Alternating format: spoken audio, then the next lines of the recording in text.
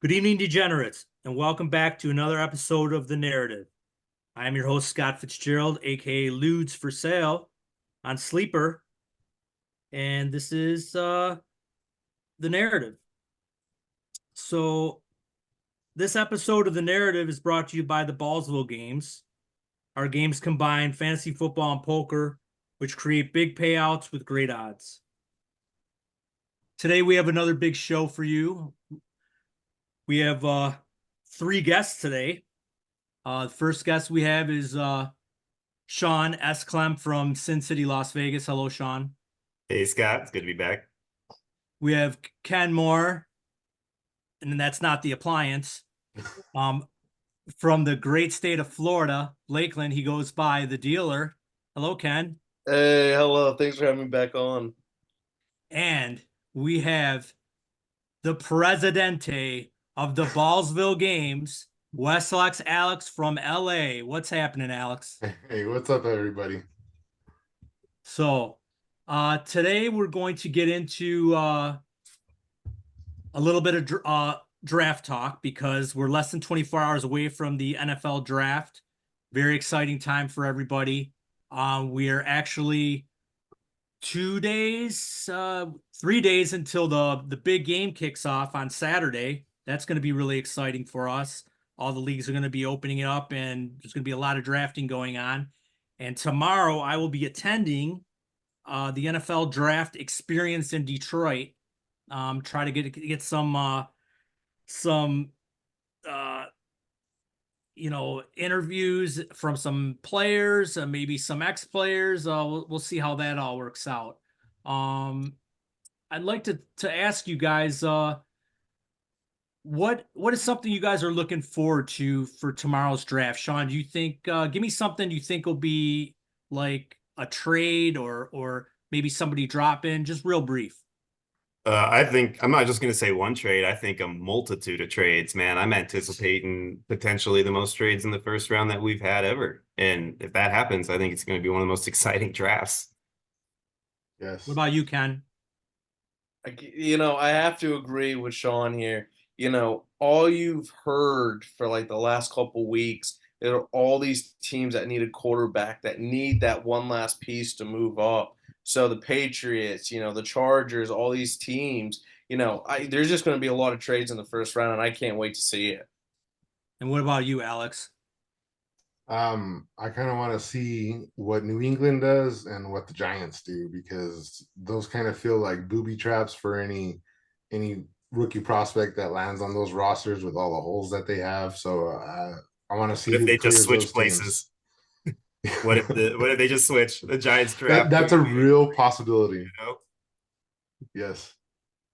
Gotcha. Yeah, I'm looking forward to all the mayhem too. A little interested to see where Brock Bowers goes. I think he's a pretty polarizing player in this draft. He can do a lot on the offense and really help a team out. So kind of interesting. Did we lose Scott there for a second? Yeah, I think he either froze or he's playing a prank on us. You got us, Scott. Hey, Ken, now's your chance to talk up Hawkinson. He can't defend Yep, himself. there you go, kid. Hawkinson's the best. He's the best tight end. Any objections? No. Yeah. Oh, Scott, wow, man. I can't believe you got nothing to say about that. At least it's a good frame that he's stuck in. Yeah, man. Well, this would I'm be one of really those- excited about these drafts, man. I cannot wait to see how this plays out. We just talked about the Giants as a potential trade-up partner. We were talking the other day. I would love to see 3 trades by one team in the first round. I think that would be one of the coolest things to witness is a team trade back twice and then trade up once and get back into that first round at the end or something nutty like that. Like that would be really exciting for me. I got to be You guys honest. think- I really can't wait to see where Marvin Harrison Jr. goes, because I think there's a very good chance that you have the Cardinals and the Chargers that would be fantastic landing spots. But I have a feeling that there's going to be a sleeper for one of these top wide receivers, and it could be Harrison Jr. That is just going to kind of like just shock everyone.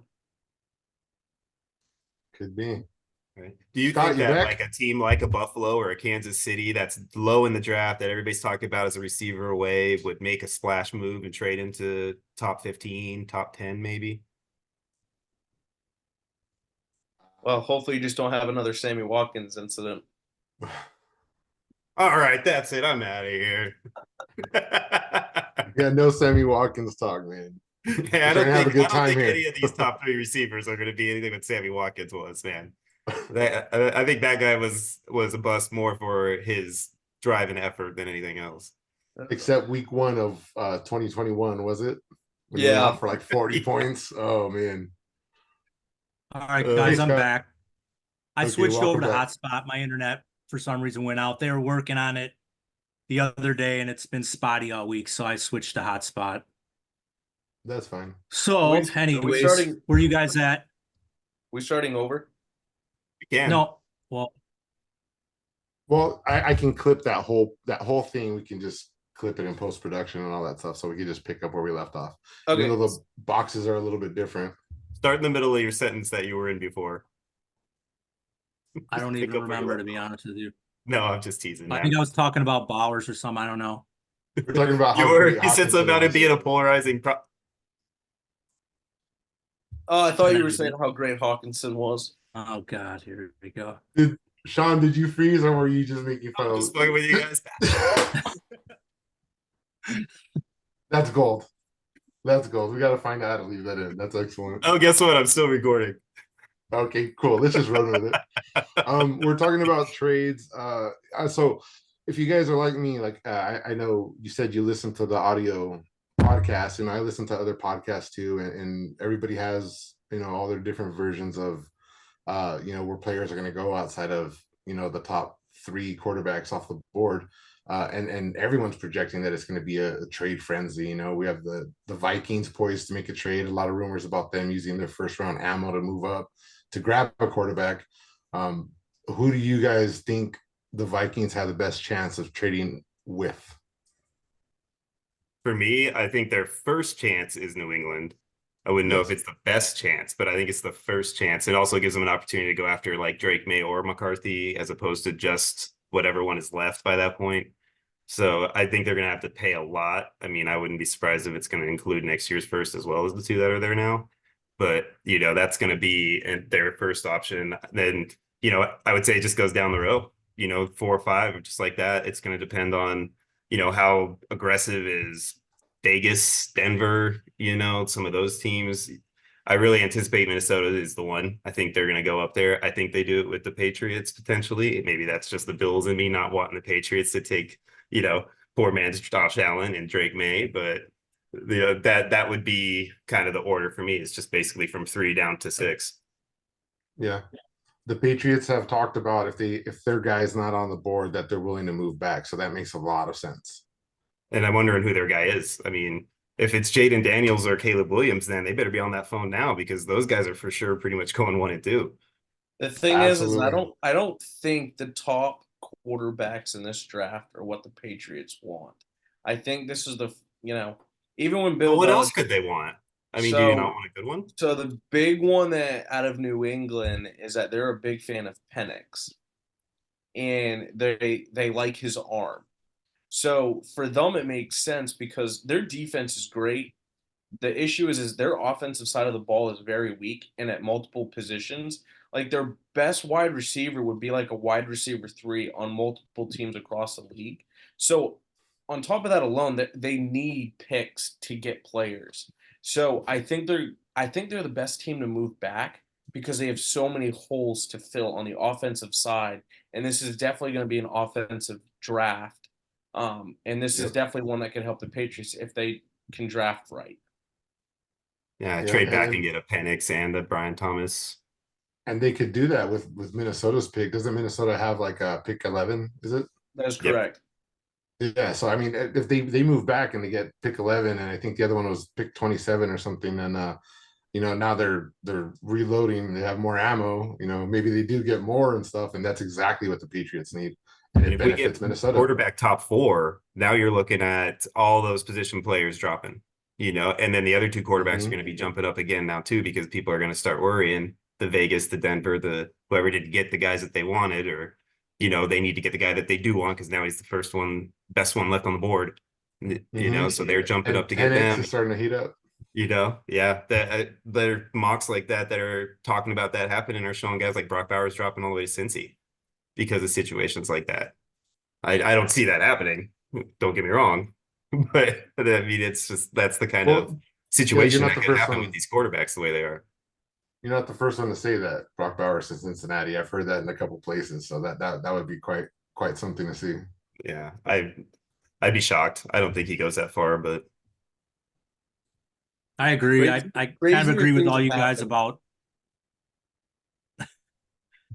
No, I just want to say I agree with all you guys about the Patriots. I think the Patriots stick to the Belichick strategy and trade down, accumulate draft picks, help build their team back up. I agree with Ken. I don't think they're in the business for a quarterback unless they can find value later into that first round. But I think they're in the business to accumulate picks to help their team. hey, and let's be honest, you're they're gonna going to be be there. drafted in the top 10 for the next 5 years anyway. So Ouch. Easy. Ouch, yeah, shots fired. Easy. hey, what can I That's- say? 20 years of being the bottom feeder, it feels good to be on top. I know those Patriots and their rings against them Bills. Yeah, you definitely All got right. more three than we do, that's for sure. All righty, let's move on to the we're going to talk. Last week we talked about quarterbacks and tight ends. This week we're going to talk about what everyone wants to know: those running backs and those receivers, the guys that score all the points that everyone loves the roster on their teams. And so we're each going to run through our top fives and maybe criticize each other a little bit, and maybe throw in some landing spots too. So I'll start with running backs first. We'll save receivers for last. I have Jonathan Brooks. I have Jalen Wright, number 2. Bucky Irvin, number 3. Number 4, I like Trey Benson. Number 5, I like Marshawn Lloyd. So Corum is just outside my top 5. I just think he's just going to be a little not as durable as I think he's gonna be in the pros. He does get banged up a little bit, a little undersized. Now what I want to talk to you guys about real quick before you get into your top 5, just real quick. The Dallas Cowboys have nobody at running back. If they take Jonathan Brooks, which I predict is going to be the number 1 back off the board, and he's my number 1. If he lands in Dallas, is he somebody that now is a first round rookie pick? Is he like the 107, 108 now, or are Probably people the still going to 109. be skittish and say, I don't know, this isn't that strong of a draft to take a guy that high? What do you say, Alex? I heard you say possibly. Yeah, he's probably going to be around the 109, maybe a little bit later, depending on where the other receivers land. But that Dallas running back position, that's a coveted position. And right now they have Rico Dowdle, and there's rumors of talks to get Zeke back. I mean, that's really not going to cut it, man. Anybody that goes there is going to have the upside to take the job. And I think that's going to be more attractive. Don't forget about Deuce Vaughn. Yeah, he's easy to miss. There's no way they're going with a midget, and there ain't no way they're going with bringing back oatmeal pants and throwing him out there. So what about you, Ken? I don't know, man. Jerry Jones has done crazier things. True. So I guess for me, looking at it from a fantasy standpoint, I don't see myself in any way drafting whatever running back goes to Dallas in the first round. I think he will be an early second. And my opinion is that this draft is very deep with a lot of good wide receivers, and the opportunity for a wide receiver to be good for so many years compared to a running back is a lot longer. And last week's podcast, we talked about how we build teams. And for me, it's always building those teams with the young stud wide receivers first and then getting a running back. And I would do the same thing here with this draft. That's Even good analysis. considering- What about you, Sean? Wait, hold on. You can even Go ahead, considering Alex. the fact considering the fact that the running back position is so scarce, and that when you're doing these drafts, you're running out of a reliable running back by like RB10. Even considering how deep the receiver class is versus how shallow the running back class is, you still wouldn't project Dallas RB back into the first. So let's go look at the entire situation of the NFL. You have a lot of RB1, RB2s all across the league. It's no longer one running back does everything. There's maybe Mhm. 5 teams in the league that do it. And, those are the teams you want to go after. But in general, you have all these committee running backs. And I really can see Dallas drafting 2 running backs in this draft. So if they do, because you had Pollard and you had Zeke at one point, right? And they both fed off each other, but they both hurt each other in terms of fantasy. So you can have another situation like that in this draft where they go get 2 running backs, one early, one later. So to me, it's the same thing. Running backs don't last long. They get injured very frequently. So it's to me, wide receivers are just the way to go for this draft. It does segue into like my opinion on this too, honestly, is it really depends on where Dallas drafts them.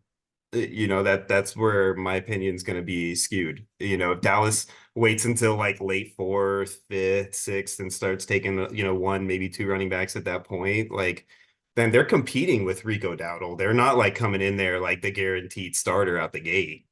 So for me, if they take him in the 3rd round, now I'm pretty sure that guy's going to come in and get a good amount of carries at least to see where he's at and what he can be in this league.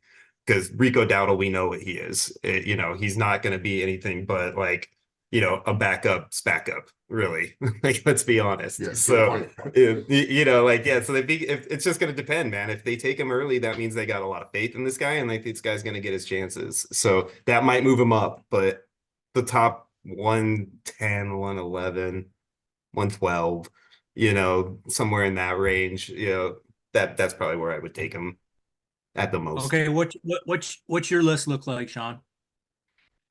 So pretty much like the same, 5 that you lifted. I'm not going to try to go too crazy on it. The one guy that I do want to get into is Marshawn Lloyd at USC, because you did not have him in your top 5, right? No, I had him number 5. Oh, you did have him 5. Okay, well, I got him 2. And the reason that I got him 2 is because I've been hearing so many great things about this kid, and just what I've seen of him. It's just, granted, not a lot, but what I've seen of him, I really like the pro transition for him, right? Like I feel like he's somebody who can come in early, be successful, get his share, and just grow, with the right situation. So again, all these running backs, it's going to depend where they land. It's really is. None of them are going to be surefire, getting their carries no matter what. We don't have Bijans, we don't have Gibbses in this draft. So, landing spot means a lot, but everything I've been hearing about people that are interested in him, it's a lot of them are good landing spots for him. So that's the guy that I'm really kind of focusing on. Brooks as well. Dallas aspect is definitely in play there. That's why I put him behind Brooks right now for that reason. So, I feel like that's kind of my order on the top. And then from there, I think Corum would be my 5. And that's because, again, landing spot situations, I really think he's going to end up in San Diego, or San Diego, I'm sorry, LA with Jim. I really do think that's going to end up happening. I know it's like, people are like, oh, that never happens when you want it to, but I do think that he likes that guy type of back that fits his style. He's not going to have to overdraft him. So he's going to take that guy at some point, and I think he's going to get a share. There's not very much ahead of him over in, I don't think Gus Edwards is really going to do much. I don't really see a whole lot there. So it's kind of the same thing in Dallas. Like, he gets taken there, then I think the opportunity is going to be available. Good Okay. point. What about you, Alex? What's your top 5 look like? So I think mine's pretty identical to Ken's. We have both, looking at our doc here, we have Brooks, Allen, Benson, Shipley, and Corum. Right, Ken? No way. Yeah, we do. I didn't even Yeah, look exactly. see that. So you guys are the ones that didn't have Lloyd in the top 5 at all. I've listened to other people's opinions more than I've watched the rookie tape. I'll be honest with you. I've been pretty busy. Usually like 2 years ago, I would have been up on all their film by now. But it's been just that kind of crazy year. But One thing that I'm catching people saying often is that they don't want to admit their love affair with Braylon Allen. Braylon Allen's going to be 20 when the season starts, right? He turns 21 in January. So Yeah, the kid came in as a young freshman and was asked to carry the rock, and he performed, with college level athletes at that 17, 18-year-old age. I think people are just afraid to push their chips in, but I think Braylon Allen's going to be a surprise star in the NFL. That's just a gut feeling that I have based off of what I'm hearing other people say about him. He's still young. He's going to develop in the NFL. So, Do you have an idea on where you think he might go, landing spot wise, or oh what would be the man, best landing spot for him? see if Braylon Allen went to the Cowboys, like that would be. I would take him in the late first, man. I really would. You're talking about a young kid who he's young enough to adapt and you know yeah, if they put the stock into him, I would dig that. So do you take But him over Brooks if he lands in Dallas instead of Brooks? Do you take him over Brooks if Brooks were the one that landed in Dallas? I Like, no, would you take I him? don't think there's a world where he goes after Brooks. I think people, I think Brooks is the safer bet, and I'm pretty sure NFL teams are going to see it that way too, and he's probably going to be the first one off the board. You know, we never know, man. You never know with the NFL. They surprise us all the time, especially Yeah, Clyde Edwards-Helaire. Yes, definitely. All right. What about you, Ken? I know Alex mentioned you So like guys he is said, top five is so about like the he's same. so like he said, we both have our 1 through 5 the same, but I think it is important to mention tiers. Brooks out of this draft is, in my opinion, in a tier by himself, and then it's everyone after him. Yeah, Everyone agree. after him will fall on the fact of where they land. For example, you just asked where Allen could go, and the Cowboys, for example, that would be cool. And he's young, right? So the mileage isn't, a big thing for Allen. But I think another good place for him would probably be Minnesota. Yes, Aaron Jones is there, but I'm a big believer in older running backs. Aaron Jones, how he, with AJ Dillon, he's a mentor. I think he can teach a younger running back, hey, think of stuff like this. Because let's be honest, Aaron Jones is at the end of his line. So I think that would be personally, I think that would be a great spot for Allen. And I think if Allen goes there, that would probably push him, where I have him at 2. But 2 through 5 for me, it all comes down to placement and where, they get drafted. Yeah, I agree 100% there. Just to give you some metrics on Jonathan Brooks, these are percentile. Metrics, not stats, everybody. No, they're not stats. We don't do They're just stats. metrics. We don't do stats on this podcast. So Jonathan Brooks is a 98 percentile rushing, 91% percentage for breaking tackles, 79 percentile receiving, and this is very important too. This is what keeps you on the field. 79% percentile pass blocking. So when you come into the Yes. league as a running back, if you can't block, you're not going to be on the field, especially on third down. So you need to be a complete back. And Jonathan Brooks is, I think head and shoulders above, like Ken said, a tier by himself in this class. So I kind of agree a little bit with Alex, whereas if he went to the Cowboys, I would strongly, depending on who was on the board, consider taking Jonathan Brooks in the late first round in a rookie draft if there were some players there that didn't fall that I was interested in. So on that note, question for you guys. Everybody here is pretty much assuming that we're going to take him second round. Like if he's available at a certain point in the second round, you'll take him. Is that pretty much an agreement across the board? So Yeah, I would. so I would. say he goes to San Francisco and he's stuck behind Christian McCaffrey. Does he drop to the third? He Well, I definitely mean, drops. he has to drop because of the landing spot. I mean, he's not going to Right. see the field, maybe just mop up duty for probably a couple years. So I'm actually going to take a different take to that. I think he drops, but I don't think he drops as far as you would think. I think if a big, well known running back like Brooks goes to the 49ers, that means CMC's usage is going to change. You think Well, that changes he'll the be- approach to how they use CMC, and that's kind of their tipping of the hat that this is going to Correct. be the case moving forward. Yeah, just because CMC's getting older, but on top of that, he is I think he is the most expensive running back in the league. Well, we've seen plenty of draft prospects go to San Francisco to die, right? Yeah, San especially at the Francisco, running back. they need to do something about that scouting department because Yeah, for one of the most they- run-heavy teams in the league, they have a really hard time drafting ones, you know? Yeah, Trey Sermon, for example. I mean, we saw him, they moved up to pick him and then he just poof. Now he's back like third stringer on the Eagles, I think, or something, right? Yeah.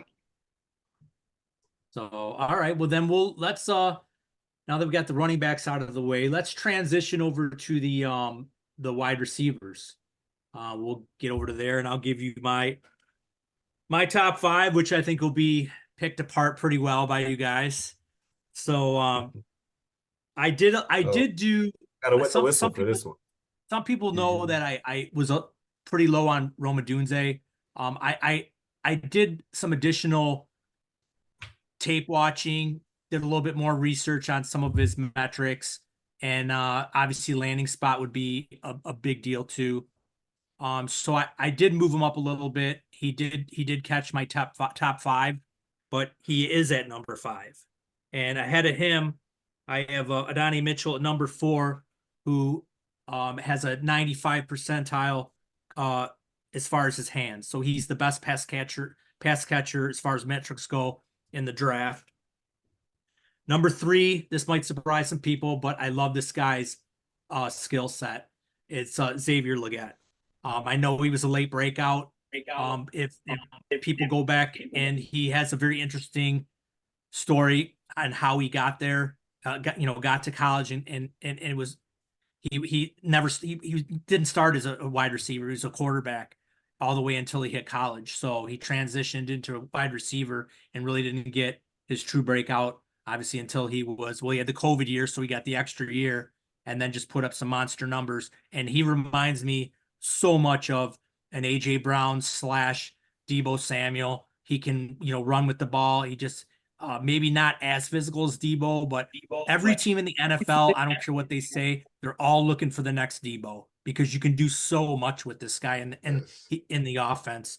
And then number 2, I have Marvin Harrison and Malik Neighbors number 1. And the only reason why I have Neighbors over Harrison is hands. So they both have great hands. I'm not saying he's butterfingers or anything like that, but Marvin Harrison was an 83 percentile. Malik Neighbors is a 94. Malik Neighbors is 100 percentile all the way across the board from short, medium, intermediate routes, and he's a tremendous blocker. 75 percentile as a blocker, and that's huge on those run sweeps to the outside. You need your receiver not to olay the defender and get out there and block. So I think they're both going to end up in great landing spots. I just feel that I would rather just have Malik Neighbors. Now, gun to my head, I'm on the clock. I mean, I'll probably just still go with Neighbors, but I think it's just like this is almost like a 1A, 1B. You can't go wrong. These are 2 legit prospects. It's basically just who you like better. We'll start with Ken this time. What's your top 5 look like, Ken? So my number 1 is Marvin. Doesn't he get to pull yours apart first? I mean, geez. Well, I mean, you guys can do your top 5 and then pick mine apart if you want, or you go ahead. I'm gonna pick his apart when I talk about mine. So, oh, there you go. There we go. Marvin 2 birds, 1 Harrison stone. Jr. is number 1, and number 2 is Neighbors. So the reason I have Harrison Jr. over Neighbors, Harrison Jr. has been consistently good in college. He, just does everything well, great hands, everything. Neighbors kind of the same way. However, Neighbors has one issue that Marvin Harrison Jr. doesn't, and that is some off-field issues. So there's been reports that have come out this offseason about him, big partier, likes to go out and do stuff.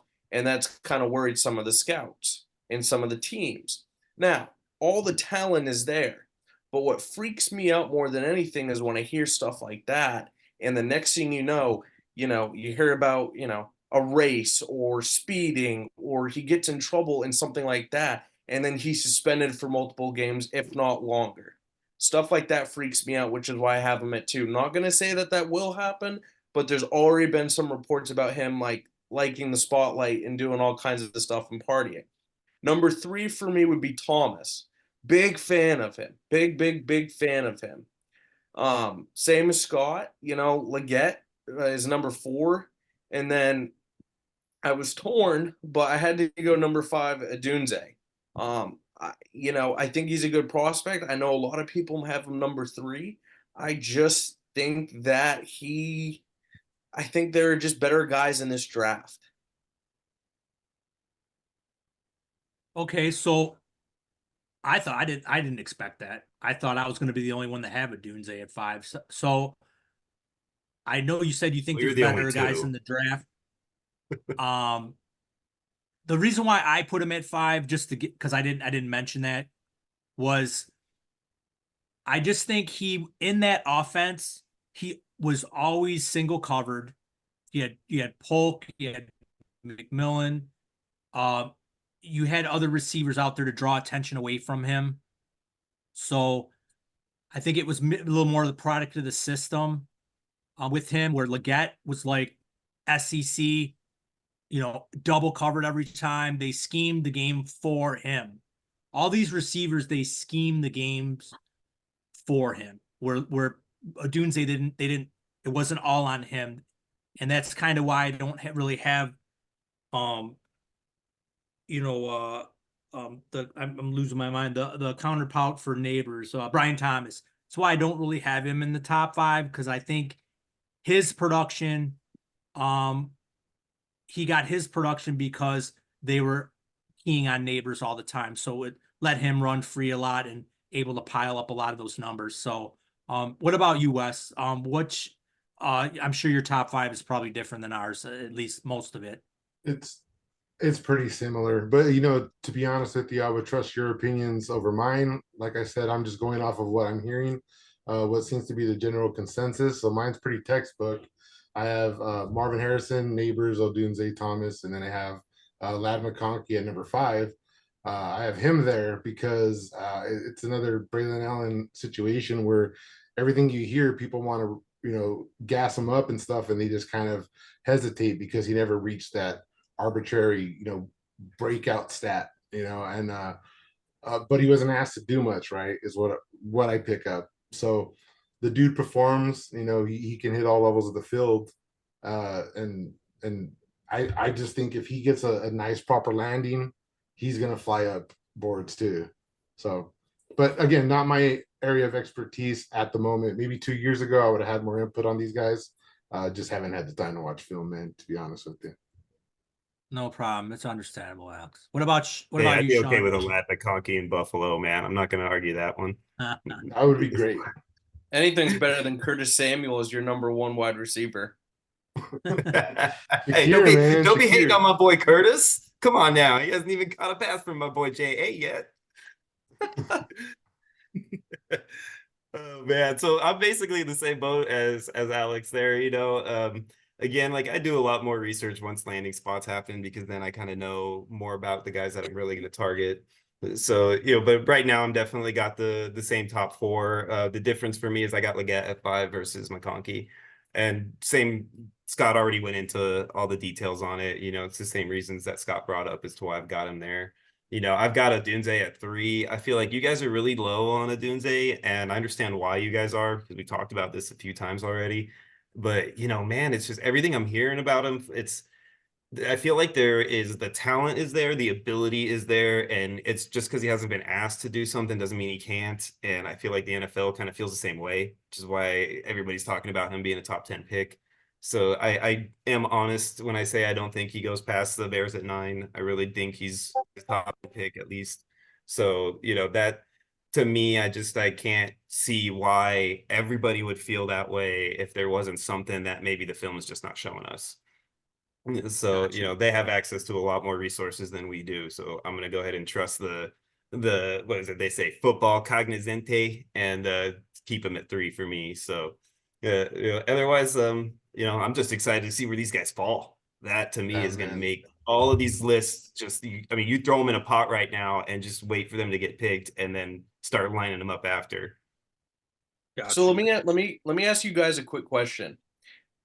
Let's use New England for an example, because it seems like anytime a wide receiver goes there, it's their time. They're done.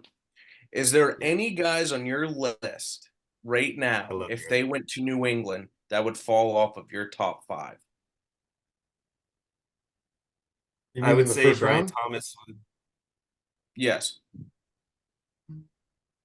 Uh, I would say Probably not. Thomas would. I would say they would just be replaced by a better landing spot person, not because of the talent or anything like that, but like we just talked about, if Vlad McConkey's in Buffalo and Thomas is in New England, I'm taking McConkey over Thomas all day. So for you, your 1, 2, 3 are set. Yeah, pretty much. Unless like you can move them around in that order. Like I think Marvin probably stays at 1 no matter where he falls, just because he's like Justin Jefferson type talent. I just don't feel like I could pass him up no matter what.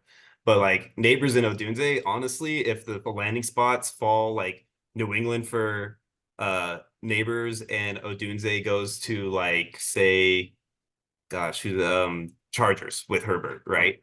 Then I'm gonna take Odunze over Neighbors in my draft, because I think that he's got a much better potential in that landing spot. And New England is such a tire fire that I have no idea, even if they pick up like Drake May or something like that.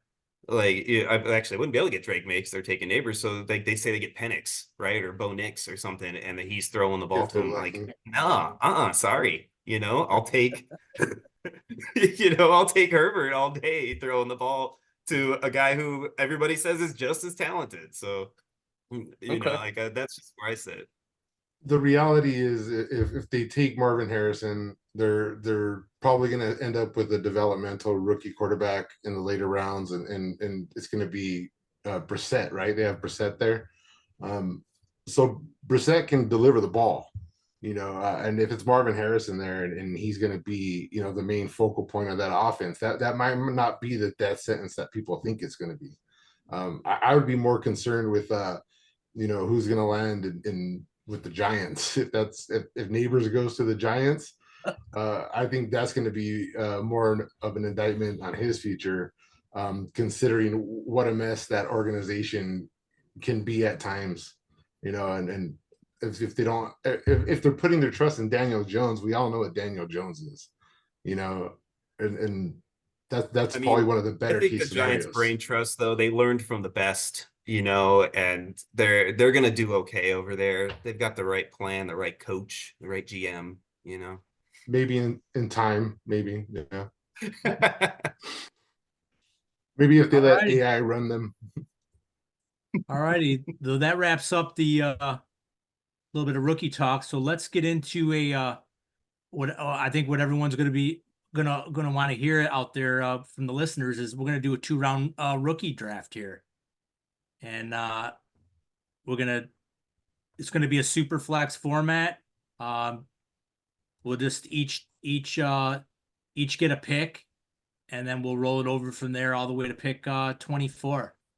So what we'll do is I'm looking at the top right here, and let's see.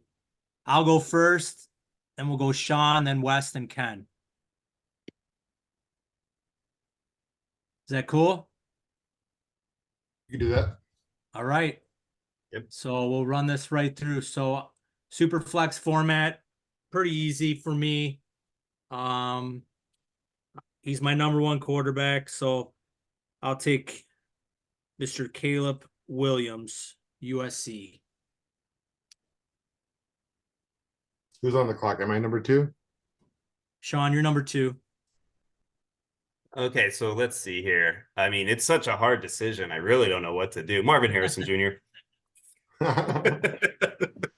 So in Superflex, Oh yeah, I'm still taking Superflex, MHJ. I really am, dude. yeah. I mean, I'll take Caleb over him, but I don't. I just don't think I could pass him up at 102. I just don't think I could do I it. have 2 leagues that are super flex where I have the 101, and I feel so restricted that I know I have to take Caleb, but I'm pretty set at quarterback, and nothing. I want nothing more than to take Marvin Harrison. I just want that. I might do one of each, so we'll see. Try to trade with 102. He's quarterback needy. Yes, I think that's the plan. So what do we got? We got Caleb at 1. We got Marvin Harrison at 2. Who's on the clock? Me? You're on the clock, Alex. I'm gonna assume that Washington takes Jalen Daniels, and I just think there's a lot of opportunity for fantasy points if that's the case. And I'm gonna go with Daniels. All right. Jay Daniels is off the board, and Ken, you're the cleanup. I think for me, I am not a May fan, so I am taking Neighbors here. Ooh, salsa. Now, does that change if he goes to New England? No. Okay, I am back up again.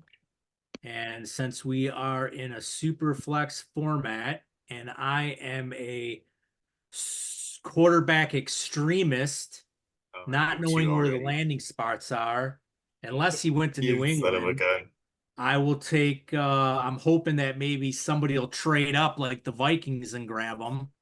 I will take Mr. Drake May, and hopefully he has a nice long career with Justin Jefferson. And that wouldn't sway you at all, Ken. If he's in Minnesota, you still pass May and take Neighbors there. I am Maybe just throw into your not- boy Hawkinson. Oh, there's Your a man drink. crush. There's a drink. I'm sorry, but I am not a Drake May fan. That was pick 105 or Hey. 106. That was pick 105. So Sean, you're on the clock. Yep.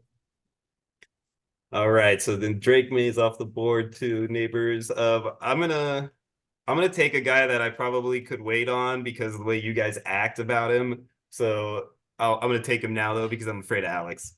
So I'm gonna go ahead and take Odunze here. Smart. And I guess that leaves me with Bowers, and the first 7 picks are going to be the same as they were 2 months ago. So now it starts to get interesting, right? But to let you know too, on a side note, TEP, I definitely would have taken Bowers there. Yeah, Depending well, on this is landing gonna spot. be this is gonna be Ballsville format, so non-premium. Yeah, non-premium. It's really just best player available. I think Bowers has more security of a long-lasting career, and that's kind of what I look for when I'm doing these rookie drafts personally. I think that's where he's gonna go. I think I think he's gonna go right around that range anyways. Now, if I had Hawkinson on my team, I might do something different there. Hawkinson's a stud. He will be a top tight end for the rest of his career. We actually talked about that. Hawkinson and Bowers in Minnesota, man, that would be a trip right there. With JJ on the quarterback? outside. All Yeah, right. no definitely quarterback, right? be Sam in Darnold on throwing the Darnold. ball, but hey, Yeah, I would be in on Darnold at that point. So the 108. All right, so it's on you, Ken. Clean up Give Ken. me the great old Mr. Thomas. Ooh. I think this is where you start to, it's now your next tier. And for me, I like his upside, and I think, this will starting coming into play about where all these guys start to land. Okay. You guys are just making this so easy for me. So It's easy. so easy. I'm just gonna corner the market here and slap you guys in the face with another quarterback and just take. I hope that if Drake May doesn't go to Minnesota, maybe JJ will go to Minnesota, or Yep. maybe he'll end up in Denver, or someone's gonna trade up to get him. So I'll just take JJ. I'll take the Maize and Blue there. Awesome. I can't believe you. I don't like how this is not a snake draft, by the way. Yeah. Hey, you guys are letting these quarterbacks just drop to me. So I mean, I got the short end of the stick. Oh man, so here we are again. All right. I'm gonna go ahead and take another quarterback right here behind you because I think that Vegas is gonna snag Michael Penix, and I like him in that offense. So I'm gonna take Penix right here. Maybe not the most popular move in the world, but I'm doing it. That hype is growing. It's definitely growing. And it I is remember 2 growing. months ago, I was one of those people that couldn't differentiate between Penix and Nix. And I was like, their names are too similar. But there's definitely a big separation there. That's a good pick. Okay. I think with him, it's just all health, man. If he can just stay healthy, and that's I think would be the only worrisome for a team that's gonna come up and take him. Yeah, he'll either be like Cam Newton or RG3. At the 111 here, I'm gonna assume that Jonathan Brooks, or sorry, I'm gonna assume that he goes to Dallas, and I'm still gonna go with Lad McConkey because I'm gonna assume that he goes to the Bills, are one of those perfect landing spots. Maybe he ends up on the Chiefs, and I think that just the name familiarity is gonna be enough to propel him into the late first round, and I'll be one of those suckers that takes a chance on him. So I'm gonna go with McConkey here. All right. All right, Ken, go ahead and clean up the first round, and then I'll recap. Perfect. I'm going to take my guy. I'm going to take Leggett. Oh, It man, makes me happy to see how far he is right now. the first snipe of the day. Oh, I was gonna take him too, so good to know that he wouldn't have got to me either way. Nice pick, Ken. All right, so I'll recap the first round here. Let you guys regroup from that butt whooping I gave you guys in that first round. So I took Caleb Williams. Sean took Marvin Harrison Jr. West took Daniels. Kenny took Neighbors. I took May. Sean took Adunze. Alex took Bowers. Ken took Brian Thomas Jr. I took the third quarterback, JJ. Sean took Penix. West took McConkey. Very nice pick. And then Ken sniped me with Xavier Leggett. I think Penix is the most controversial there. We will start round 2. And what I'm going to do is I'm going to make things, I feel really bad for you guys. So we're going to do this in reverse order. This guy. We're going to do this in reverse order. So go ahead, Ken, you're on the clock since I got you guys. So we'll give you back-to-back picks here. I think it's time that a running back came off the board. I think it's time that Brooks, when he is the Dallas sniped it. He just wanted the double snipe. That's all. And that with Dallas needing a running back, Jonathan Brooks will be my pick at 201. Wow. Mister, I don't want to take these. I know. I'm not taking him in the first round. But what did I said first round. We are in the second round, gentlemen. You know what? It makes me happy because the 13th pick, in the big leagues, I have like the 113 and some of my 16 and 32 teamers, but I have the 201 in a lot of leagues. So if that's where he's going, I'm going to be one happy camper. Who's up now? Scott, is it me? No. It should be you, Alex. Sean, you're up. Are you sure? I was before you. I thought Alex was after Ken. But I can do it if you want me to. No, because we're going to Alex is next. Okay, cool. Hey, I'll take it. I'm not arguing with you guys. I'm gonna take the speed demon Worthy, baby. Oh no, wait, Alex. No, Alex was next. Alex was next. Sorry. Son of a. See, now he's taking my guy. He's not taking it. Oh man, yeah, it definitely starts to get. You can have him if you want him, Alex. Oh man! All right, so if we're kind of adding landing spots here, I think that the NFL is gonna really like Marshawn Lloyd's profile. And as much as I like Braylon Allen, if I'm running back needy, I think Marshawn Lloyd is going to be the one that moves up to the early second round. And so I'm just going to take a balls out call here, and I'm going to take my running back with Marshawn Lloyd. Even though he's not even in my top 5, I think he is for a lot of people, and that's enough for me. Guys named Marshawn from California know how to run the football. That's a good point. That's a good point. All right, good selection there. Pretty high on Lloyd myself. And then you're Sean, you're taking the Taking Worthy. Mr. 4-2, right? Well, he'll be the 4th or the 2-3 now, but yeah, 4-2 speed. 4-2, Yes. Mr. 4-2. Thank you. Yes. I have to say real quick for Worthy, who has tremendous speed, for him at the 203 is a fantastic spot to get him.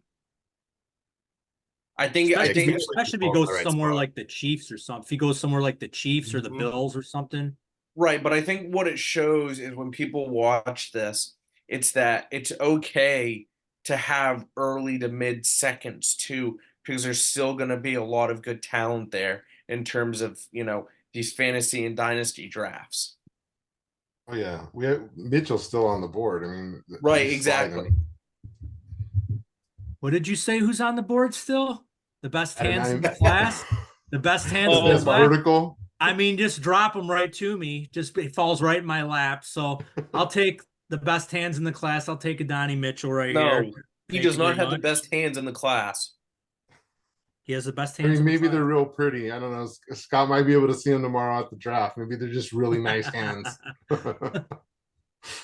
All right, Ken. Right back to you. Okay, so here comes probably one of the most controversial picks of this draft so far. And since I'm a Seminoles fan and a big fan of him, Coleman is my pick. I think Okay. that he will have a good career in the NFL. He is a big-bodied wide receiver. He reminds me of other, good wide receivers. I think he's been a couple times compared to Debo. So even though I'm slightly biased, I think Coleman will be a good pick here. Nice. All right. I Nice. know you've been talking him up. He's starting to grow on me a little bit, Ken. All right, Alex, you're up. Oh yeah, now it starts to get a little tricky, right? Hmm. And you know what? Next week's going to be fun because next week we're going to do this same draft Yes. now that we know landing spots. So we're going to do the same draft next week and see how different it is. Okay. Well, I'm gonna stick with running back, and I'm gonna take Trey Benson here. Ooh. That's a nice pick. And a lot of the reason why I see, so I'm loaded. A lot of my teams are loaded with second round picks, and I think I'm a little bit biased here because I all my dynasty leagues are all built around wide receiver and then quarterback, and a little bit running back needy in places. So I think I'm kind of drafting with a little biases here. That's okay. It's nice to be showered with riches with all those second round picks. Them second round picks, especially if they're early, any other draft class or draft year, those, except, this year, this draft class, those early seconds are really like first because of all the talent in this draft. So if you can grab those 203s, 204s, 205s, 206s, I mean, those are going to be very valuable picks. So you fantasy But- gamers out there, try to package your third rounders or high seconds and try to move up into the early second to snag these guys. All righty, Sean, you're on the clock, brother.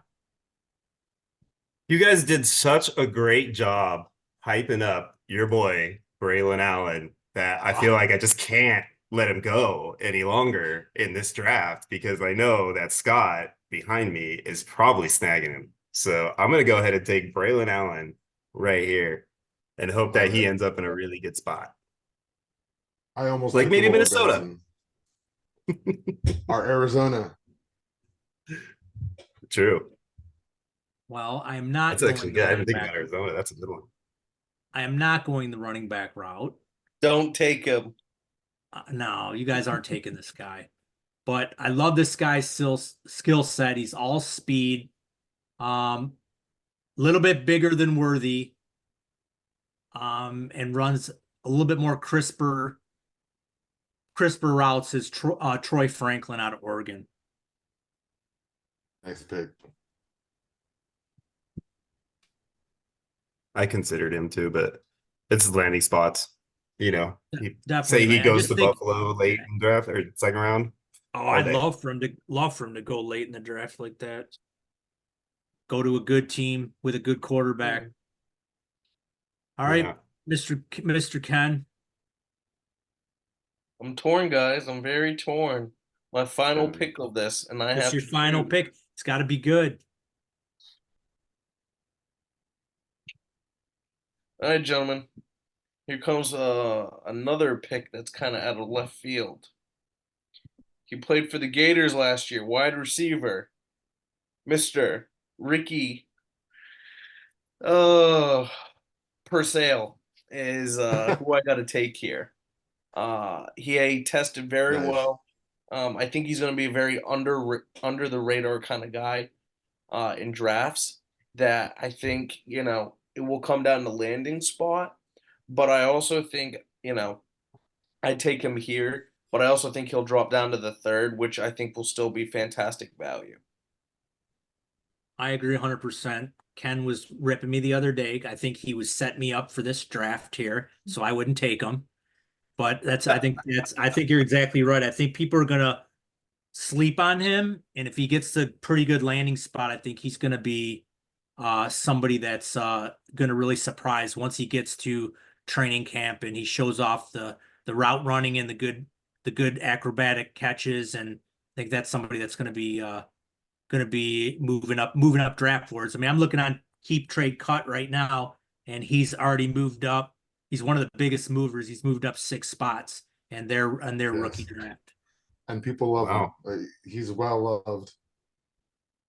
He's another one of those guys like Braylon Allen and Ladd that the industry just loves, and they really can't commit to him because of analytics and stuff like that. But Right. that's a good time. All right. Yep. So All right. All right, Alex, last pick. I'm kind of tempted to throw away this last pick on a quarterback prospect. But for me, I'd probably take Rattler over Bo Nix, but they're both older and flawed. I do like Rattler, but I'm gonna stick with running back. And even though Corum's staring me right in the face, I'm gonna go with Will Shipley here. Shipley. Yes, I'm gonna jump the gun on him. Yeah, ship Corm right over to me, huh? Yeah, go for it. I consider it, to be honest. If he goes to the Chargers, I would definitely do it, like in a heartbeat Huh? if he's in the Chargers. But since we have no idea what's gonna happen there, I'm gonna take Bo Nix. Bo I Nix. thought about it. Yes. Nix. There you go. Not a bad pick. You get to Who's got finish the it final off. pick? You, Scott? All right, I'm going to finish it off. And as much as I'd like to keep going with the arms race and grab Rattler, I want to grab my first running back. And I love this guy. He reminds me so much of Jamal Charles. It's sick. He's a slasher. He blocks, catches the ball great. And I hope everyone says he's a product of the system, the way they ran their offense by just doing verticals all the time. So he had so many running lanes. But I really like Jalen Wright a lot. And I think if he gets and if he goes to somewhere like Dallas, if they just decide they like his profile better than Jonathan Brooks and they go that route, I think he could be, like I said, watch this guy's. I mean, he reminds me of Jamal Charles like all over again. Yeah. So I really like him a lot. So I'll take him in this spot. So Bucky So Irving, Blake Corum left on the board. That's interesting. yeah, So I think it shows, when people watch this, the amount of players that still have good upside that are still on the board going into a third round. Yes. So I Yeah. think it just goes back to everyone who's watching that it's okay to have thirds, late seconds, whatever it may be, because there's still a lot of good options out there depending on which, whatever round you're in. And I'll piggyback off that. If anybody is, I mean, I know it's getting late, in the drafts tomorrow, but if anyone's, still doing, still doing trading in their dynasty leagues, when you try to construct a trade, go ahead and try to get the other guy to throw in like a third, like a mid third or something, and like the draft, just say, hey man, just it's close, but man, just give me a third, and most people might not, just to get the deal done, they'll be like, yeah, okay, whatever, thirds mean nothing. And now you woke up with a third rounder, and like Ken said, I mean, look at some of the guys that we still have on the board here. We got Spencer Rattler still on the board. We got Blake Corum still on the board. Roman Wilson still on the board. Jalen Polk still on the board. We got another decent tight end where, depending where he goes, Jatavian Sanders, who graded out really well. So there's a lot of guys still on the board yet that you can pick up with a third rounder. So who I found in the third round 2 years ago, 3 years ago? Amon-Ra St. Brown, right next to Kadarius Toney and Rondale Moore. Wow. That was in the third round. Yeah. I mean, look at Puka last year. That's a perfect example right there. Puka Nacua. Yeah. I always hear you can't reference Puka; he's an outlier. But before Puka, we had Pacheco come out of the late rounds, and he performed for us. So there's value there. It's just a lower hit rate, which is what the industry was always talking about. Like the hit rate for these people in the third round is pretty low, but it's there. Even if it's like two players, if you're good at what you're doing, if you put in the work and you can pick them out of a lineup, I mean, you have the advantage with those third round picks. And that's the thing is, 80% of players don't have any idea half the time what's going on in the third round. So if you're one of those 20%, that's smart. You might be the only person in your league that even understands that this guy's a value. You could take him late third and no problem. He's still going to be sitting there for you. So do you guys have anybody else that you would be targeting that we left on the board? Well, other than the ones we've mentioned, not really for me at that point in the draft anyway. There's a lot of buzz around Roman Wilson. Let me see. We got. Yeah, if he went to San Francisco, that'd be great. I'll be taking shots on Luke McCaffrey and Frank Gore, man. Give me those legacies. Those are my. That's actually a good one that I did not think about right now. I'm glad you brought him up. Is Luke McCaffrey? There's a lot of chatter that the Bills like him, and he could be a second receiver they take around the fourth round with their compensatory pick or their actual pick. So that if that happens and he does go to Buffalo, then I think that's a sneaky good pick for a late third. Yeah. We have who's flying up the boards, and I don't know why. I'm gonna have to maybe look a little bit more into it. And this is on Keep Trade Cut. So this is the armchair quarterbacks out there. These aren't so-called professional dynasty analysts, but Javon Baker's moved up 14 spots. He's now a late third. And wow. He came from a smaller school. I think it was UCF. But yeah, he's the biggest mover in the last 24 hours. Just you guys, interesting. How do you guys like him at all? Or I mean, I know Alex, you haven't done much film study or anything, but I need to, when we're done here, I got to go find out why this guy's flying up the board so fast. I think this is a place of where he goes, right?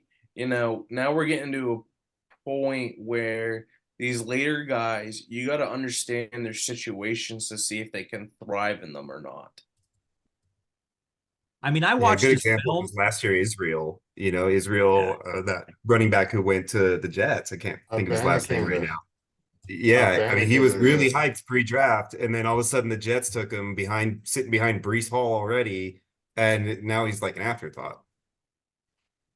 I kind of still like him. Dalvin Cook's gone, and Brees is going to have somebody to spell him. When we're doing best ball and we're in those last rounds, if I need a little bit of depth at running back, I'm still okay with taking Izzy Abanikanda. I mean, for me, it's only for injury purposes with him because I mean, Yeah. I think Brees Hall has the potential to be like the Derrick Henry type of player who just pretty much dominates the backfield. Yeah, probably. But if they do so well, if they put everything together and they're on top, he's going to get some run. And in the best ball format, you put him in the late game and he gets, a couple totes and a touchdown or something like that. That can help your roster. Yeah, best ball definitely draft him higher than Dynasty. All right. All Well, right. then let's transition. We can we'll talk about some trades last, but this is going to be a big weekend for you fantasy gamers. We got our flagship draft, our big game drafts coming up this weekend on Saturday. We're going to be all fired up. Everyone's going to be Gonna jumping be. in We these. already are, baby. So I mean, now that I have the main man on here, Alex. Alex, I'm gonna open the floor to you and let these listeners know what's available for them this weekend. Okay. While we dip out of dynasty mode, I'm gonna cover a couple of things there. So our dynasty game is actually Ballsville game number 1, and it's 10 leagues of dynasty. We call them the Dragons of Dynasty, and they're all dragon names. So if you're a big dragon fan or secret nerd like I am, I mean, we have Shenron, Dragon Ball Z. Everybody knows that. We have Alduin from Skyrim, Smog from Lord of the Rings, Bahama from the Final Fantasy series, Charizard, no explanation, Toothless, Deathwing, Skitherix, it's a Magic the Gathering character or whatever, Haku, and Lareth. These are our dragons. So all of our I like how you dynasty diminish that leagues, Magic the Gathering dragon, man. Like he's just as much dude, of a dragon as the rest of them. he's actually one of the coolest ones. I breezed past it because his name is Skithyryx. You want to pronounce that? No, you're good. You did great. um, so if you're with Ballsville and you're in the dynasty leagues, you're aware of all the other leagues because any game that we have, they're all intertwined. They all have centralized hubs. So the hard part to explain is that you have for the big game, for example, we have 64 leagues. Now 64 leagues seems like a lot of chaos, but we mitigate that by categorizing them. So we have our first 8 leagues are all part of Division 1. That's the Game of Thrones division, and those 8 leagues are the original 8 leagues that we started this game with 4 years ago. And those will probably be permanent. Every year is probably going to start off with the Game of Thrones division league. It's going to be D1L1, Division 1, League 1 is the balls of House Stark. That's our kickoff. So this year we did things a little bit different. Our draft day is Saturday morning. That's going to be day 3 of the NFL draft. What we did is we preloaded Division 1. We opened up the gates last week, and we announced to our game 1, our dynasty players, our game 2, our mini league players, hey, the games are going to open a little bit early. You guys are free to come in and take a spot if you want. It took about 2 days and 4 hours for all 80 entries to be taken. That's tremendous, man. So we had 64 leagues planned between now and July, and we've filled 8 of them in 2 days. So it's phenomenal.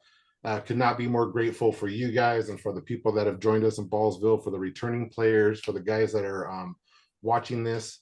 It's pretty impressive. So those guys are all settled. They're paid in. We did a couple free entry shuffles for the Ballsville players. It's one of our trademark things that we do is free entries. We like to give back to the players. We do mini games and things like that. We have Division 2, which is it's a soft opening, and we're trying to backfill that with new players because we know once we open up those gates to the Ballsville players, it's subject to fill just as fast. So the idea is to have a blend of newcomers, introduced into our pool of diehard players that we have in Ballsville. So We have one centralized hub for the big best ball game, and from that hub we have 8 divisions, and in each of those 8 divisions they have 8 leagues apiece. They're all themed. So the way that the game works, you play in your league. What separates us from bigger tournaments is that you don't have to outscore 2,000 other people. All you have to do is win your league. They're 10-team leagues. They're low commitment, no waivers, no trades. It's $6.50 per entry. You can buy as many entries as you want in the leagues. You can play with friends. You win your league 1 to 10 odds, you win $50. So you win $50. You come in week 15 and you assess your roster and you say, hey, I'm a little injury ridden. I'm lucky to have gotten here. I barely beat out my league. I'm going to take my 50. I'm going to go home. Cool. We're totally with that. For the rest of you, it's called Ballsville for a reason, right? So if you have the balls, you take your 50, you can keep 25 and wager 25, or you can wager all 50. We have spreadsheets, we have documents. I'm going to pull up right now, and these help us, the managers, keep track of every division. So a manager will have 2 divisions, and it's going to look something like this. So we have a Division 1 Game of Thrones. We have all eight leagues already marked. The player names will be inserted, and then you'll get 2 tokens. They're worth 25 apiece. You can bank those and you'll get paid out after everybody has gone through the wagering process, or you can split that or put them all into your little wager box here. And at the end of week 16, we're going to go down and we're going to calculate all the wagers. You're going to know the amount of money that's on the line. You're going to know what you're collecting already. And out of all 8 leagues, we're going to have 1 division winner. And that division winner is going to represent their division. So after week 16, we'll have 8 division winners. Okay, so between week 16 and week 17, your managers, their job's going to be done.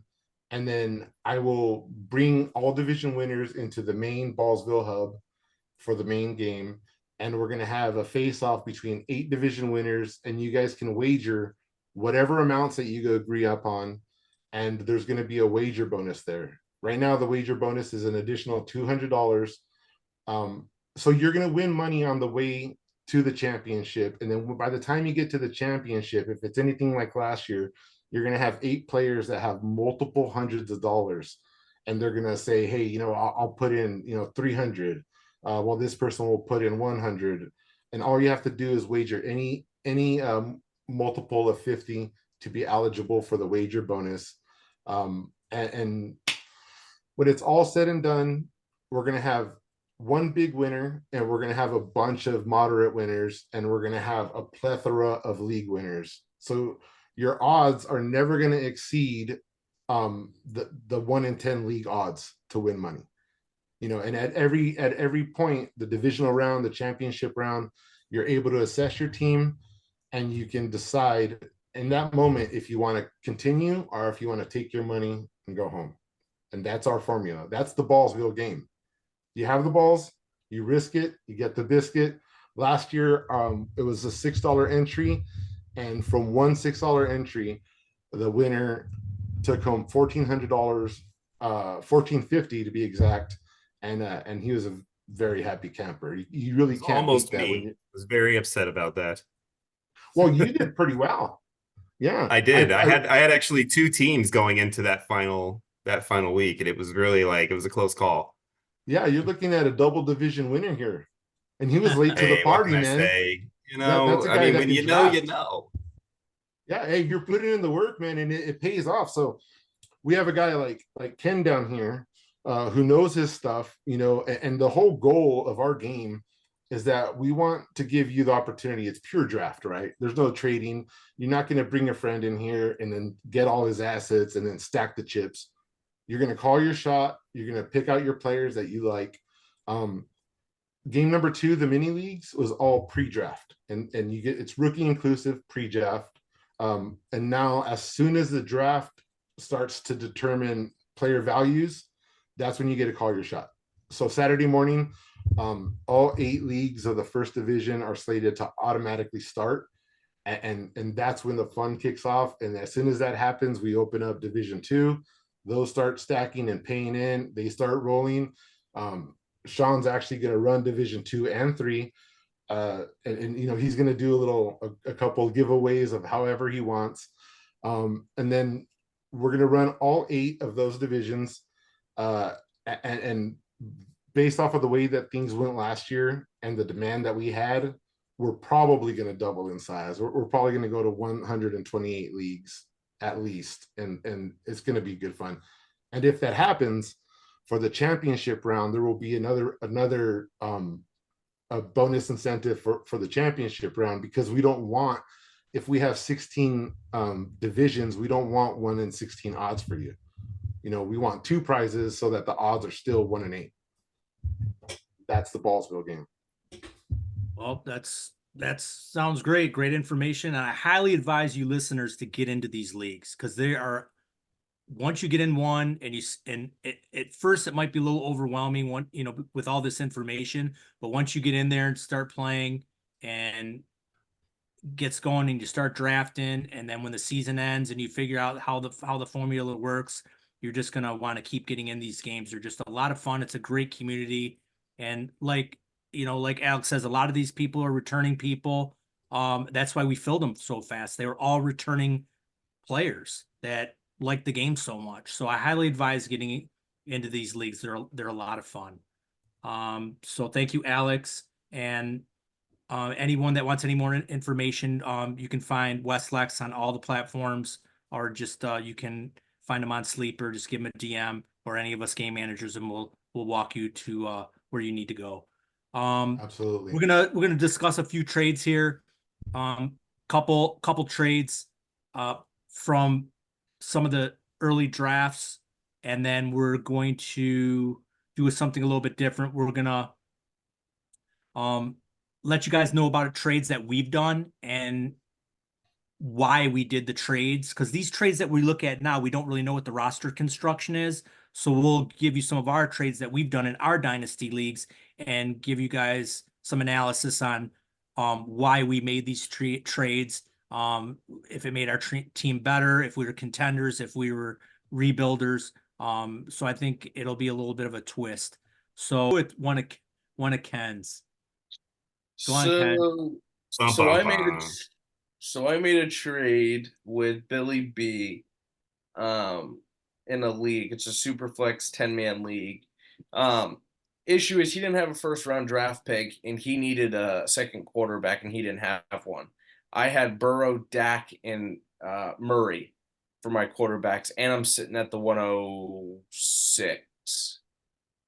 106. So to me, I was like, okay, you know what? Maybe I can trade a quarterback away to help him out and try and upgrade my tight end, because all I have is Schultz and Otten, and hopefully try to pick up another wide receiver, because I think I have CeeDee Lamb, AJ Brown, St. Brown, Nico Collins, Ridley, and now Waddle. And like I've said before, I'm very big on building your wide receivers and quarterbacks. In the running back spot, you just get depth players that get you 10 points a game and you're set. Well, Kincaid to me is another player that I think is just going to get a lot of volume this year. So he needed a quarterback. And so this is kind of how the deal kind of shaped out, as I got Waddle and Kincaid for Murray, Otten, and Downs, which I love Downs. I'm a big fan of him. I think he, will take a step forward this year for the Colts. But I like my side because, it helps me add more depth. But I think his side makes a lot of sense too, because now he's still got wide receiver, tight end, but now he has a, top 10 quarterback. What do you think, Alex? I like it for both. I really do. I think if you're going to sell Kyler, this is the kind of return that you want. Cade Otton's going in, the late teens, in any draft of ours. Is this tight end premium? It is not tight end premium. I mean, irregardless, to upgrade from Alton to Kincaid, that's a huge move. I love Kincaid this year. We just talked about, the Bills and their lack of weapons. I think the guy is going to eat. Josh Downs, I heard today he's like wide receiver 62 in the rankings, and that's before the rookies even come through. So I like the Waddle side. I think Kincaid's going to be a star, and if you're going to trade away Kyler, this is the kind of return that I would want for it. I'm with you on that. I think it's a good trade for you, man. I'm really high on Kincaid. Obviously, he's from my hometown and he's playing for my team, so I gotta be a huge fan. I just have no choice. But I also like Jalen Waddle. I'd say more than most. I still have confidence that Jalen Waddle can be a really good receiver, like number wide receiver one. So I'm pretty happy with him.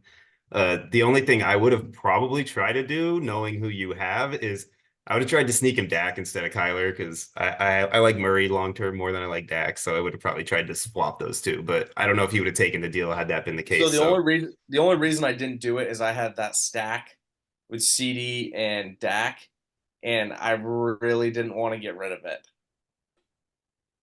But would you have done Dak's it not had you getting a not? lot. I probably would have tried to get rid of Dak if I didn't have that stack. Yeah, kind of. It's a little closer for me. Did you say you still have a first round pick? I have the 106. The 106. Okay, so it makes things a little bit easier for me because this is really close for me because I'm such a quarterback extremist. I don't like to trade a quarterback unless I'm getting one in return. But considering you have the 106, if you're willing to take a JJ McCarthy if he's there at the 106, or if His a favorite Drake guy, May Drake falls, May. if a Drake May falls there, even though I know you're not a big fan of him, I would feel better. It'd be a little bit, it wouldn't hurt as much to give away a quarterback and not to get one in return. So, if you're, you know, if you stay disciplined and you take a quarterback at that spot if he's available, then I like this trade. I still like it. It just, like I said, I'm a quarterback guy. I like to keep my quarterback stable, nice and fat. Yeah, I think if I didn't have the 106, I wouldn't have done this. But Alex and I are very similar on how when we come to wide receivers, now I have St. Brown, CeeDee Lamb, Pittman, AJ Brown, Waddle. Now Ridley's sitting on my bench with Mooney. Mooney's not much, but I think he's, will be a depth piece. But, there's like six good wide receivers that I can choose from now. And that doesn't even include, running backs and stuff like that. So it was just kind of I more wouldn't of a, fade Mooney too much either, man. I think Mooney's got some potential in Atlanta. yeah. I mean, they don't have Definitely. anybody else. I mean, they just got Drake London and Pitts. They don't really have anybody else. Exactly. All right, let's Alex, do you have Alex, you have one on here? Oh yeah, we're gonna definitely talk about this one. Well, before we do, let me get your opinion on this. So we had a rare, April 1st is our cut date and our orphan day for our dynasty leagues. This year was actually just April 1st. We had everything hemmed up, but we had a surprise exodus from one of our members, and this guy JMC 27 came in. Now he made two trades immediately. He gave up Keenan Allen, the 205. Marquise Brown, Justin Fields, and the 405. He added DK Metcalf, Bryce Young, Quentin Johnson, and the 207. So from Keenan Allen to Metcalf, and he gave away the 205 to do that. What do you guys think of that one first? I'll put it up on the screen here. I'm not a fan, honestly, because I just don't like DK that much. But I could be swayed either way. So I think for me, I actually would take the DK side. I think Keenan will put up numbers in 205 is great, but DK is 26 and is still continuing to produce very well. And if you can see how he and Gino can get along, he's their definite wide receiver one, and then it's JSN and Lockett trying to figure out who's number two. So, I'm kind of the same. I can be swayed either way, but I think I just take the DK side. It would Do be you think Keon that he's going to Coleman. stay the 1 and JSN's going to stay the 2 long term?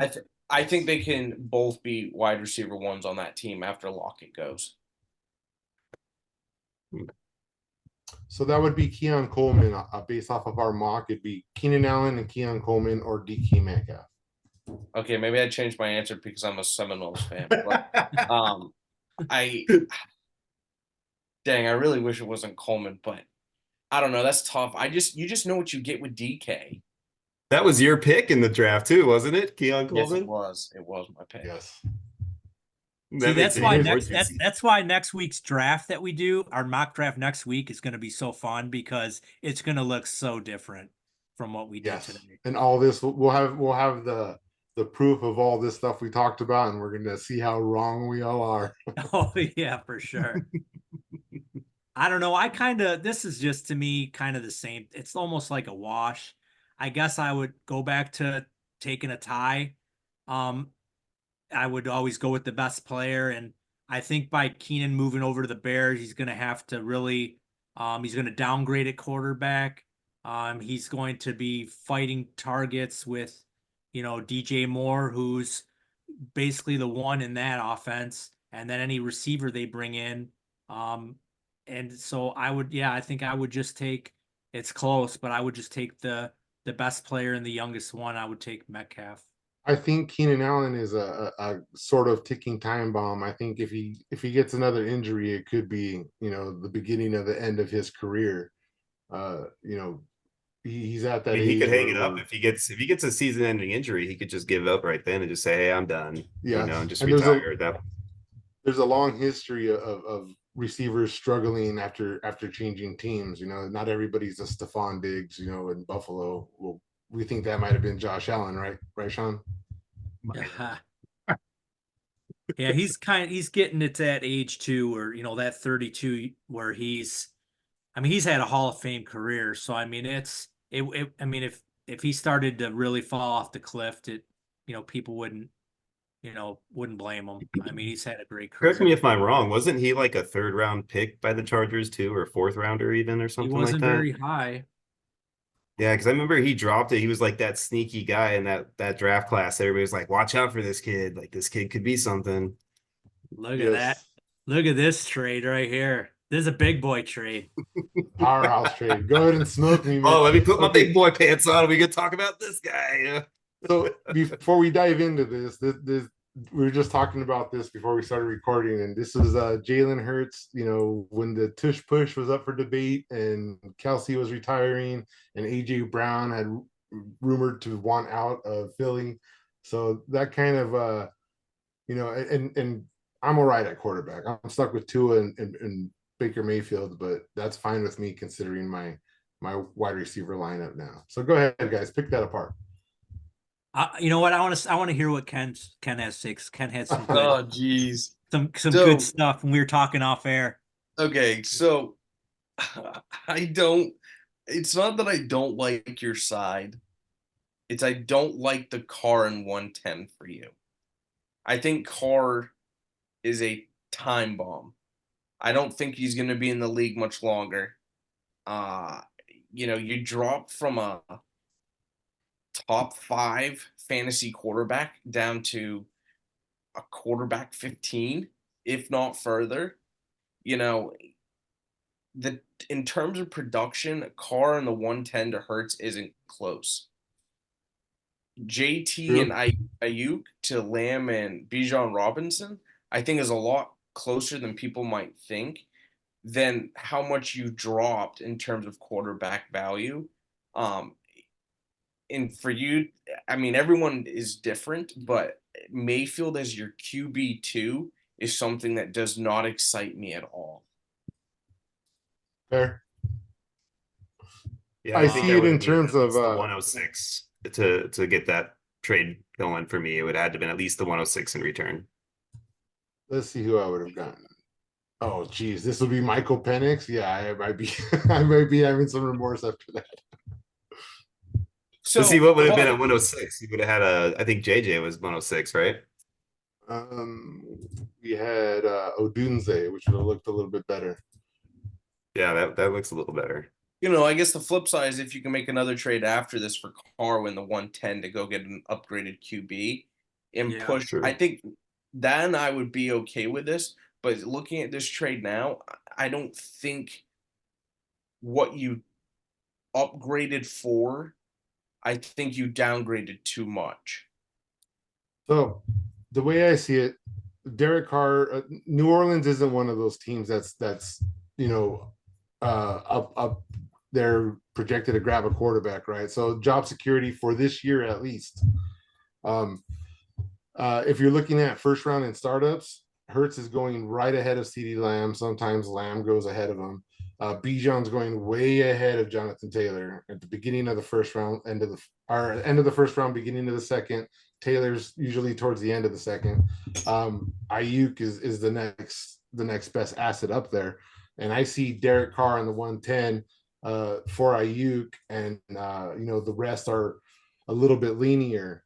I love the receiver room. I'll take a minute here to pull up the roster, and maybe you guys get a picture of why I did it. It does hurt giving up Hurts, but the guy I gave him up to, he's not really a contender. As a matter of fact, he's on a rebuild contract this year, so he can't win money.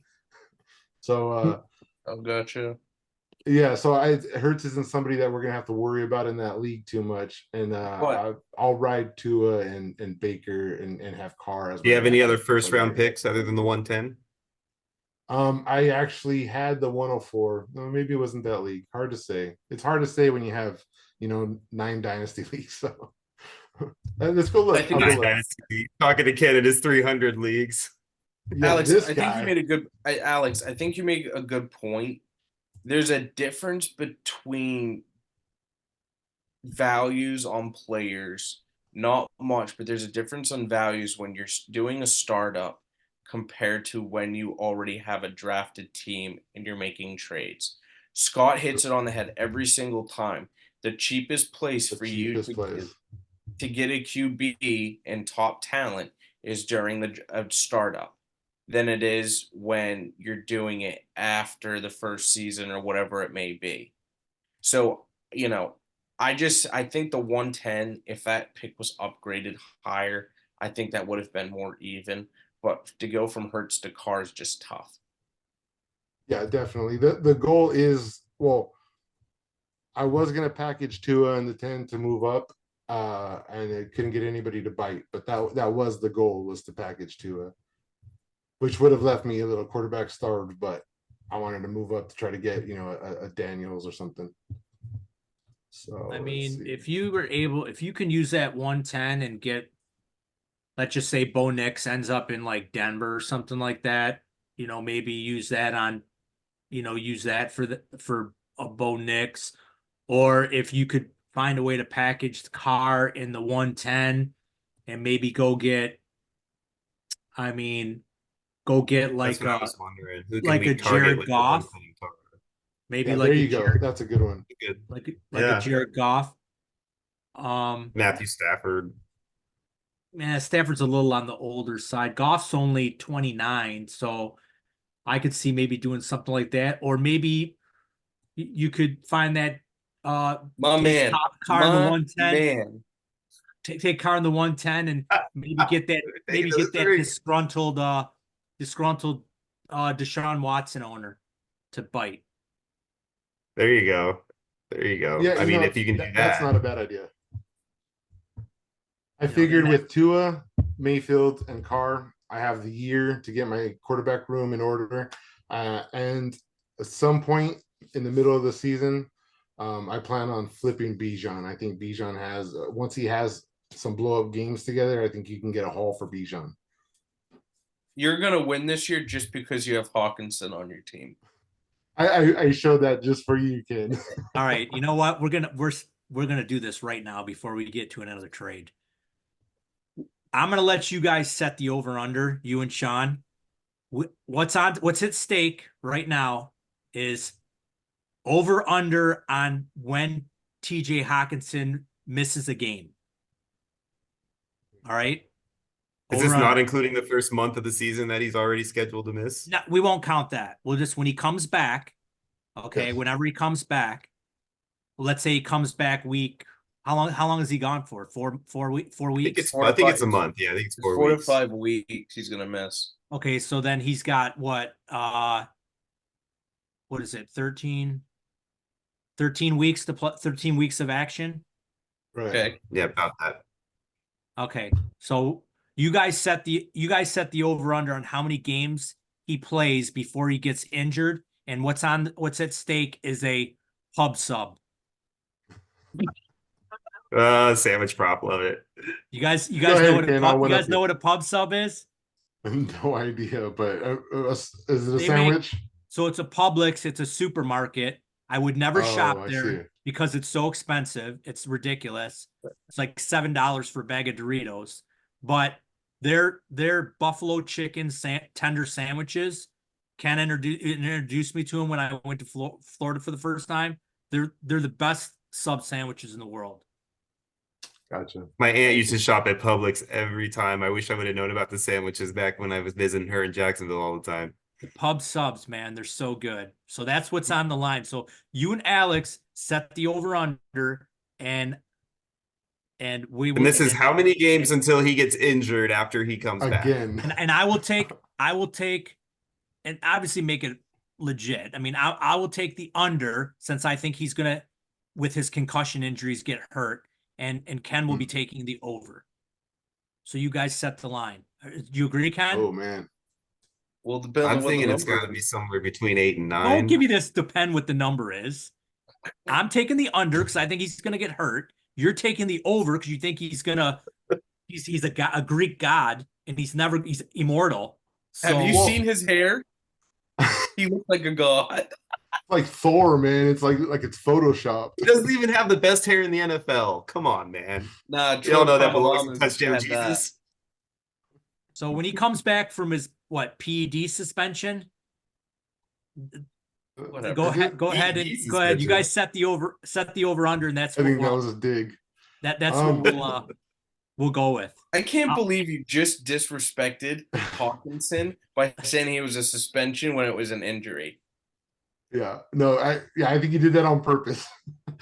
Yeah. Scott, you Oh. remember this year when we play in fantasy and I come back and I win and beat you again. I'm the defending champ, so I don't want to hear it. I have more championships than you do. What? One more? That's Okay, still okay, more. Alex. What do you think, Alex? 8 or 9 is kind of where I'm at. Okay, so I think if he misses 4 out of the 17 games and he comes back, I'm gonna go with he plays 11 and sits out the last 2 because he's a little banged up and the Vikings have nothing to compete for.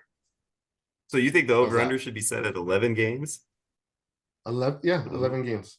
Holy shit. If Wow. not the whole season. You think he's gonna get re-injured? I don't like to bank on people. But this getting is not for re-injured. us. This is not for us. This is us like for them for their bet. Scott, right? if We've they gotta say give them, 11, like, then that's a- they're a trying fair- for me to buy you a pub sub.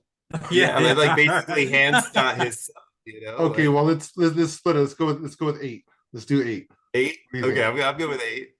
Does Definitely that sound over. good to you guys? You guys happy with 8? Okay. Okay. Are you happy with 8, Ken? Oh, I'm 100%. I'm winning this. Okay. So But he it's has 11. to play. He has to play and finish 8 games. So Hey, if he Mr. gets his Technical. So if he gets his bell rung halfway through the game and comes out and doesn't finish the game and he is officially out, Can I just ask a question? Hold on. On the official stat sheet of the NFL, when someone enters the game, does that count as a game played? yeah. They have to start the game. Then we are going off of the official NFL stats. Okay. You know what? I'll give you that one because I'm gonna win anyway. So go ahead. So you can have that I one. Okay, just I've want got to an say- extension. I got an extension bet for you guys. All right, if you're up for it. If TJ becomes a top 5 scoring tight end in fantasy this year, even after missing his month, then Scott has to eat the world's hottest Dorito chip. What's the world's hottest Dorito chip? It literally comes in a box in one chip like this. That's how hot this thing is. If you ever look up the video of Shaq eating it, and you'll see. God. It's not gonna kill What do you me, think, is it? Scott? Is that too much? Is that It's not too gonna much? kill me, is it? I mean, TJ Hawkinson has to be a top 5 scoring tight end. Like that's a lot to Oh, ask for. He's already someone doesn't think TJ Hawkinson's even a top 10 tight end. I don't know. The top 10 is a little much to ask him to eat a Dorito, spicy ass Dorito chip for. You know what I mean? Like that, he's got to be like a top 7 at least. All right, we'll circle back on that one at a later date. But okay. Oh, I can't wait. I can't wait for everyone to see you eat that Dorito chip. Yeah, it's got to be live on the pod too. All I right, like it. Okay. All right. Well, we did some pretty good trade talks this week. So next week we'll get into that 2-round rookie draft again. I think it'll look a lot different. But anyways, so we're at the end of another great Ballsville pod. I want to thank Mr. Ken for stopping back in. I want to thank Sean for coming back in also, and we had Alex come in who hasn't been in for a while, and until next time, we want all you listeners to get in those leagues. NFL draft and the Ballsville draft this weekend. It's going to be a lot of fun. And please like and subscribe to our video. It really helps us out. We're really trying to put some good content out for you guys.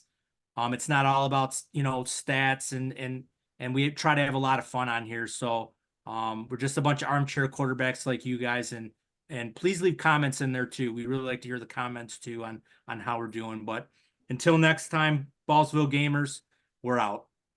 Thank you.